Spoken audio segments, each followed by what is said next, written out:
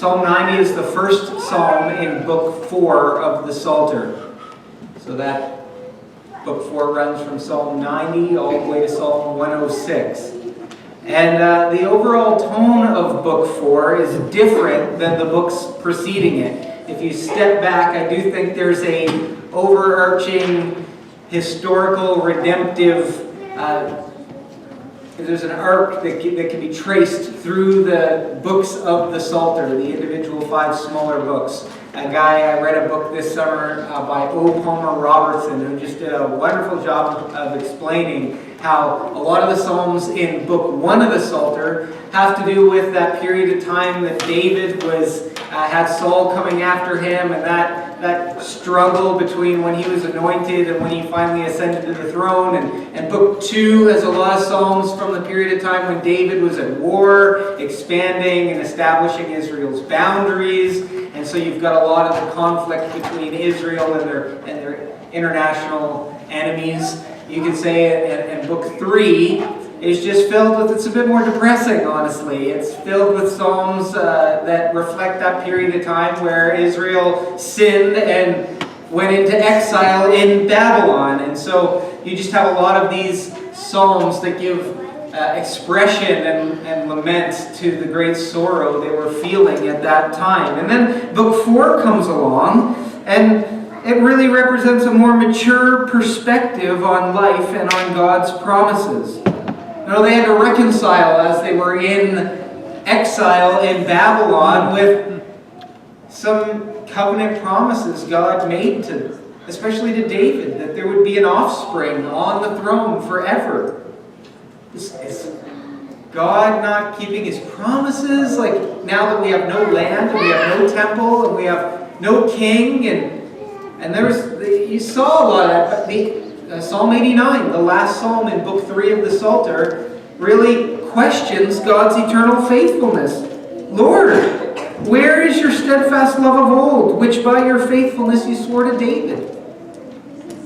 And then we have Psalm 90 as the following psalm. And I think it does represent a more mature perspective on life and an understanding of who God is. And it's fostered. It's a perspective fostered by the stretching of their faith through their experience of great suffering and loss. And suffering and loss is like that. It's a proving ground, isn't it? It makes us, when what we love has been taken away, it makes us look to what cannot be taken away for security and hope. And Book 4 begins emphasizing that God has always been His people's proper dwelling place. Not the land, but God Himself has always been their dwelling place. And that's significant. Lord, it says in verse 1, you have been our dwelling place in all generations. Now, who understood this better than Moses, the author of Psalm 90? It says that in the inscription right before verse 1, a prayer of Moses, the man of God. It's the only psalm written by Moses, and we can't be sure of the context in which he wrote this psalm, but we can take a good guess. Most scholars believe that it must have been written sometime after the events of Numbers chapter 14. So I'm sure at least most of you know the story. The children of Israel were miraculously exodused out of Egypt. They went through the Red Sea. They received the 10 Commandments. And then they grumbled and distrusted God in the desert. They lacked faith to go into the Promised Land and fight giants. And so God, He basically told them, you will have to wander around in the wilderness for 40 years, right? And a whole generation of people passed away in the wilderness there, wandering around. And then Moses eventually sinned.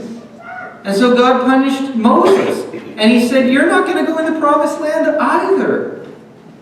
And can you see why the exiles in Babylon identified with their wilderness wandering forebears who wandered around in the desert outside the Promised Land?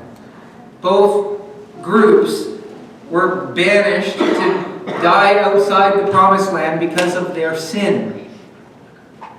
And J. Alec Mochier has this to say: who better than Moses could marvel at finding a home in God throughout generations of homelessness? He says the air of wistfulness in this psalm matches Moses' own sense of loss at being denied entrance to the promised land. This does really read like a psalm that only Moses could have written. It's a psalm of reorientation for disappointed sinners on the search for significance. It's a psalm for those who feel life slipping through their fingers and they're longing for some lasting meaning in all of it. The title, I forgot to say, of this sermon is A Heart of Wisdom. And Psalm 90 breaks down pretty nicely into 3 sections. In the first section, we see that God is eternal. In the second section, we see that sinners are momentary. And in the third section, we hear a cry for God to reverse the curse. God is eternal, verses 1 and 2. Lord, you have been our dwelling place in all generations, before the mountains were brought forth, or ever you had formed the earth and the world. From everlasting to everlasting, you are God. Moses, who of course wrote the first 5 books of the Bible, never once tried to prove God's existence or his eternality. He simply began with the statement, in the beginning, God, Genesis 1:1, indicating that at the beginning of recorded time, God was already there. Nothing made God, but God created everything, from duration stretching back in time without limit to duration stretching forward in time without limit. God was and is forever. He's from eternal ages to eternal ages. When God commissioned Moses to go to the Israelites with a message from him, Moses asked, "Who shall I tell them has sent me if they ask me?" And his answer was supremely revealing. God said to Moses, "I am who I am." He self-exists. That is, he is the being of beings. He doesn't grow old. He doesn't grow. He's eternal and immutable, constant at all times, past, present, and future. The sense here is not only I am who I am, but I am who I always have been. And I am who I always will be. And I always will be who I am. I'm God. That's the sense of this. That's what God is saying. And so unsurprisingly, Moses reflects here, God, you've always been our dwelling place for generations. Our shelter is not in anything that this world has to offer us. It's in the eternal God. And that's not just true for your life, or my life, or my parents' life, my grandparents, but for generations, stretching all the way back to Abraham, Isaac, and Jacob, and back further to Seth and Enoch and Lamech, I'm thinking of names from all the way back to Adam. This has always been true. He has been our dwelling place. He has been God to generations before us. And if the Lord tarries, he will be God for generations to come. Thanks be to God. He goes a long way back. And Moses takes great comfort in that. It actually centers him in this crazy world. You can imagine trying to lead millions of cranky, grumbling people in the wilderness. He could have been caught up in the day-to-day busyness and the chaos and the suffering, even in the impermanence of it all. But here, he directs us to God, our home and our refuge, our city, the place where his people belong. You know, the motto of God's people is, here we have no continuing city, but God is our dwelling place, and we seek a city that is to come. And so Moses points us to theology to ground us in the busyness and the transience and in the difficulty of life. He directs us to the eternal nature of God and says, if you want to be equipped and ready to cope with and thrive in this world, no matter what you're going through, then you will need to stop and think for a moment about God. God is your only dwelling place. He is the only place where you will ultimately find your belonging. And God lasts forever. He is unchanging. He's unchangeable. He's eternal. I don't know if anyone else here is a fan of Lord of the Rings, but there is a scene in the last book when Sam looks up in the sky. It's one of the darkest moments in the whole story. He and Frodo are there in the land of shadow, the land of the Dark Lord, and he looks around and everything around him is dead and dark and dying, and then he looks up and he sees one star shining. And from that one star that just blinks at him through the clouds, he draws hope. I'll read the quote from the book to you. For like a shaft, clear and cold, the thought pierced him that in the end, the shadow was only a small and passing thing. There was light and high beauty forever beyond its reach. Seeing one thing that was eternal and beautiful gave him hope in a hopeless moment.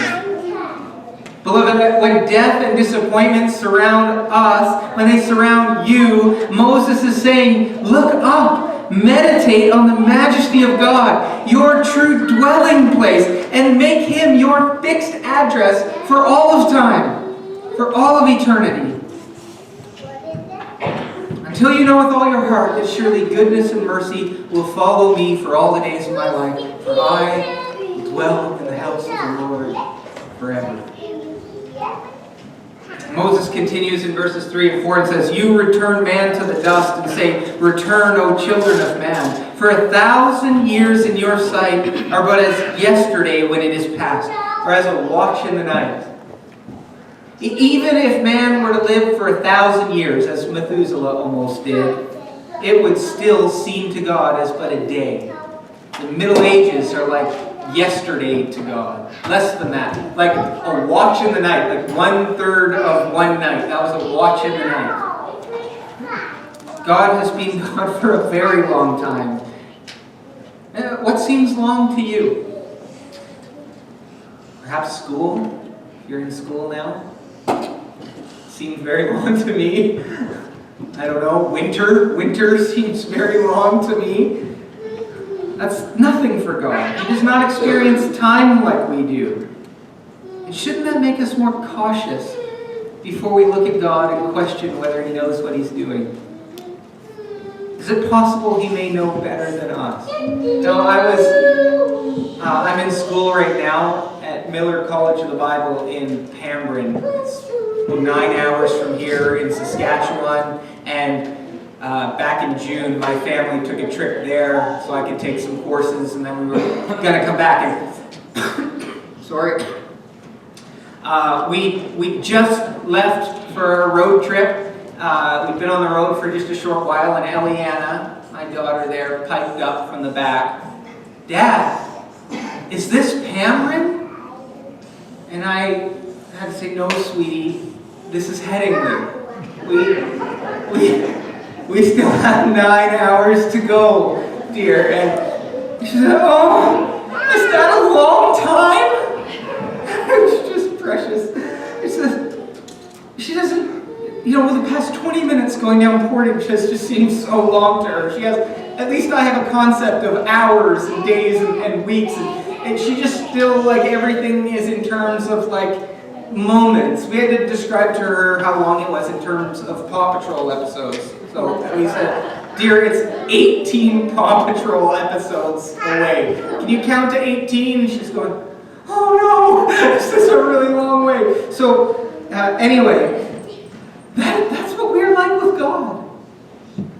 Just utterly unprepared for the journey that He is taking us on.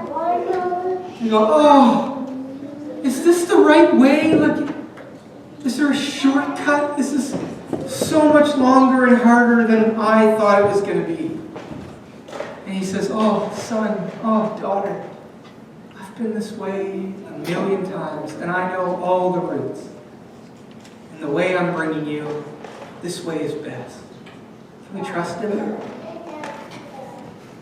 He knows better. He's eternal. And we can trust him when trials come. The second thing we see in this psalm, and my points get progressively shorter, so if you're... don't fret. Okay. Second point is, sinners are momentary. Building off what he said in verse 3, you return man to the dust and say, return, O children of man. Moses goes on in verses 5 to 6 saying, you sweep them away as with a flood. They are like a dream, like grass that is renewed in the morning. In the morning it flourishes and is renewed. In the evening it fades and withers. As a rule, people tend to cherish great thoughts of themselves and small thoughts of God. And Moses is correcting our perspective. God is eternal. Man is like a dream. Dreams, right? Like even the most vivid of them are over in a moment. You wake up and you can't remember what it was. Like a flash. Whole generations of men and women quickly come and go. God sweeps them away like a flood. Some of you were perhaps like me frustrated with the dandelion situation in the spring. I think because we had so much rain, it was just a constant battle in my front yard. It seemed like it would rain overnight and up these things would spring a foot tall somehow overnight, and then I would watch them wilt and sometimes die in the afternoon sun, only for a whole new crop to spring up again the next morning. And this is really what Moses is saying we are like. People come, people go, people live, people die. It's all very fleeting and momentary. And at this point, Moses' thoughts seem to drift to why life is so short and challenging. And the answer, he concludes, is the wrath of God. Verse 7. For we are brought to an end by your anger. By your wrath we are dismayed. No one wants to think about the wrath of God, much less face it. But at the end of the day, human beings live short and difficult lives for one simple reason. We have fallen away from God. His wrath explains the human condition. We live briefly and then we die because God is holy and we are sinners who have rebelled against him. We've departed from him and now find ourselves outside his blessing and favor. And our sinful condition is made worse by the fact that we have nowhere to hide. Verse 8 says, you have set our iniquities before you, our secret sins in the light of your presence. We're under what the Bible calls the curse. Moses wrote about that too in Genesis chapter 3, verses 17 to 18. After Adam and Eve sinned, God said to Moses, because you have listened to the voice of your wife and have eaten of the tree of which I commanded you, you shall not eat it. Cursed is the ground because of you. In pain you shall eat of it all the days of your life. Thorns and thistles it shall bring forth for you. And you shall eat the plants of the field by the sweat of your face. You shall eat bread till you return to the ground. For out of it you were taken. For you are dust, and to dust you shall return. That's the curse. That's why things are the way they are in the world. That's why nothing in the world works out the way that it should. That's why everything we do as human beings eventually ends in frustration and regret. It's the fundamental reality, Moses says, yet who considers it? Who thinks or acts or speaks as he should in light of it? This knowledge that weighs so heavy on Moses that he can say, for all our days, in verse 9, they pass away under your wrath. We bring our years to an end like a sigh. the lot of sinful creatures who have rebelled against a holy God. Our years will come to an end with a sigh. And you do not have to be exiled in Babylon or wandering around in the wilderness for the reality of that to smack you in the face like cold water. The years of our life are 70, or by reason of strength 80. Yet their span is but toil and trouble. They are soon gone and we fly away. Friends, it is only when the reality of the grim fact of life is brought to mind that we can finally face the truth and consider what we might do about it. I hope we all understand this, that the only way to receive grace is to first come to the place where you know and discover why you need grace. We must be confronted with our sin and our desperate problem before a holy God. This is central to Psalm 90.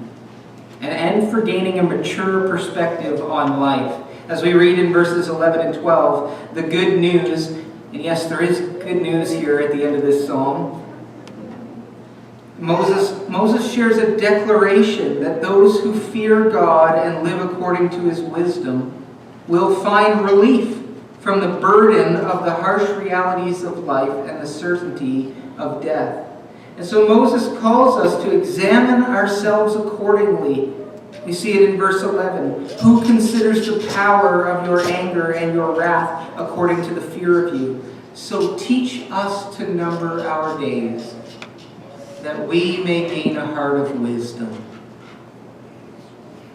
Or to put it another way, who seeks an accurate estimate and reverence of and regard for the holy God of the universe? Because that person will number their days and gain a heart of wisdom. They will make their life count precisely because they don't know how many days they have left, and because this life is far shorter than it should be due to the Genesis 3 curse. Tremper Longman III, I'm nearly done. I know we're running out of time here. Tremper Longman III, in his commentary on Job, explains what it means to be wise. He gives this definition. The wise are those who know how to navigate life, avoid pitfalls, and maximize success. When an obstacle comes their way, they know the quickest way out of the mess. You see, wisdom begins with understanding the nature of the problem. And the nature of the problem, Moses says, is our estrangement from God and its consequent wrath against us. That's the problem. And so wisdom is about knowing what can and ought to be done about that. A heart of wisdom knows and takes the quickest way out of the mess. It sees what the Scriptures are chiefly about, and it seizes the opportunity to be reconciled to God through faith in Jesus Christ. Church, the path of salvation is the path of wisdom. The Apostle Paul used that language when he spoke to Timothy. He urged him to study the sacred writings, which are able to make you wise unto salvation through faith in Jesus Christ. That's why we read the Bible, to hear the voice of the Spirit in it say, "This is the way, walk ye in it." Paul Carter, a Bible commentator, says, "True wisdom in the Bible consists of this: knowing that God is holy, knowing that you are a sinner, knowing that sin and holiness cannot go together, and therefore knowing that there is absolutely no hope for you apart from the life, death, resurrection, and present intercession of our Lord and Savior, Jesus Christ." And so Psalm 90 ends with this cry for God to reverse the curse. It says, "Return, O Lord, how long? Have pity on your servants. Satisfy us in the morning with your steadfast love, that we may rejoice and be glad all our days. Make us glad for as many days as you have afflicted us, for as many years as we have seen evil. Let your work be shown to your servants and your glorious power to their children. Saying, satisfy us, Lord. Make us glad. We want to rejoice in your goodness. And then the final verse of the prayer, Moses asked for continuity and perseverance. Let the favor of the Lord our God be upon us and establish the work of our hands upon us. Yes, establish the work of our hands. Moses knew. He knew what it was to have and then lose the blessings and favor of the Lord. To end up in the wilderness. He knew what the exiles who were living in Babylon knew this same thing, what it was to have and then lose the blessings of the Lord. The same thing that Adam and Eve knew, and they were kicked out of the garden. And he's praying, Lord, let us see our work continue and increase over time. Give us true salvation. That's the blessing that is sought by all who are wise, all who understand God, all who mourn over sin, by all who harbor in their souls a memory of Eden. Bring us back to your presence, Lord. Establish our work. Let our children enjoy your favor, and their children and their children. Bring us back to joy.